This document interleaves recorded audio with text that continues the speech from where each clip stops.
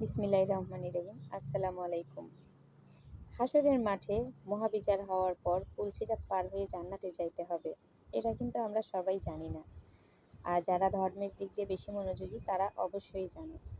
জাহান্নামের উপর দিয়ে সেই পুল চুলের চেয়েও চিকন, হীরার চেয়েও ধার, অমাবস্যার রাতের চেয়েও অন্ধকার। সুদীর্ঘ এই পুলসিরাত 30,000 বছরের রাস্তা।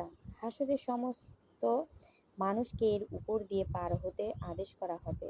আল্লাহ পাক সবাইকে আদেশ করবেন, তোমরা তোমাদের নবীদের সাথে ওই পুলসিরাত পার হয়ে বেহেশতে চলে যাও।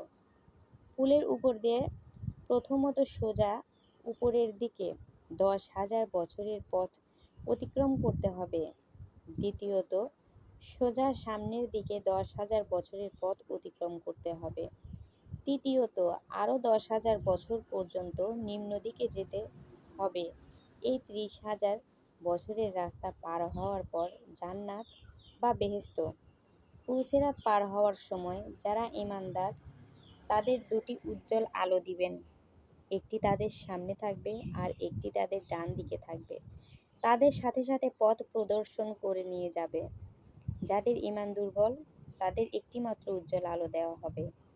তারা কোনো রূপে নিজের পায়ের কাছের জায়গাটা দেখতে পাবে। এইভাবে পথ চলতে থাকবে। কিন্তু কাফের, মুশরিক, মুনাফিককে, বেদিন ও বেঈমান এবং বেনামাজি এরা কোনো আলো পাবে না। তারা অন্ধকারেই পথ চলতে বাধ্য হবে। যারা আমলনামা ডান হাতে পেয়েছে তারা বিদ্যুতের মতো পার হবে, আর যারা বাম হাতে আমলনামা পাবে তারা ঘোড়ার মতো দৌড়ে পুলসিরাত পার হয়ে হবে। আর যারা ঈমানদার তারা বিজলির আকারে পার হবে। যাদের ঈমান একটু হালকা তারা পায়ে হেঁটে পুল পার হবে। কেউ 1 মিনিটে পার হবে, কেউ 1 ঘন্টায় পার হবে, কেউ 1 দিনে পার হবে, কেউ 1 সপ্তাহে পার হবে, কেউ 1 মাসে পার হবে, কেউ 1 বছরে পার হবে, কেউ 100 বছরে পার হবে, আবার কেউ 500 বছরেও পুলসিরাত পার হবে, আবার কেউ 30,000 বছরে পুলসিরাত পার হবে। যাদের নেকির চেয়ে বদি একটু কম ছিল তারা পুলসিরাত পার হতে যে সময়টা লেগেছিল তারা পাপ যতটুকু ছিল এই কষ্টের কারণে মাপ পেয়ে যাবে। এই রকম সবাই কষ্ট করার পর নিষ্পাপ হয়ে বেহেশত পাবে। কাফেরগণ পুলসিরাতের উপর ওঠা মাত্রই পা পিছলে পড়ে যাবে দোজখের মধ্যে।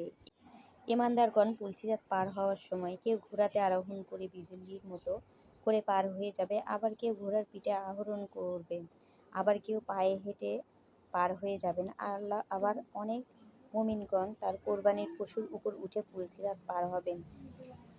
সাম্মিনু তাহাইয়াকুম ফায়ান্নাহু আল-সিরাতি মাতাইয়াকুম। অর্থ হচ্ছে, তোমরা বেশ হৃদপুষ্ট ও বলিষ্ঠ পশু কোরবানি দাও, কেননা পুলসিরাত পার হওয়ার সময় তোমাদের বাহন হবে। যখন বান্দারা আমলনামা হাতে পেয়ে পুলসিরাতে যাবে তখন তাদের কোরবানির পশু এসে বলবে, উঠুন আমার পিঠে। বান্দারা ভাববে, আল্লাহ তাআলা বুঝি আমাদের জন্য এই বুরাক পাঠিয়েছে, খুশি হবে। তখন আল্লাহ পাক বলবেন, হে আমার প্রিয় বান্দারা, এটা বোরাক নয়, এটা হলো তোমাদের কোরবানির পশু। তোমরা দুনিয়াতে আমার নামে কোরবানি করেছো আর আমি সেই পশুকে লালন পালন করে মোটা তাজা করে রেখেছি। আজ তোমরা এই পশুর উপর সওয়ার করে পুলসিরাত পার হয়ে জান্নাতে গমন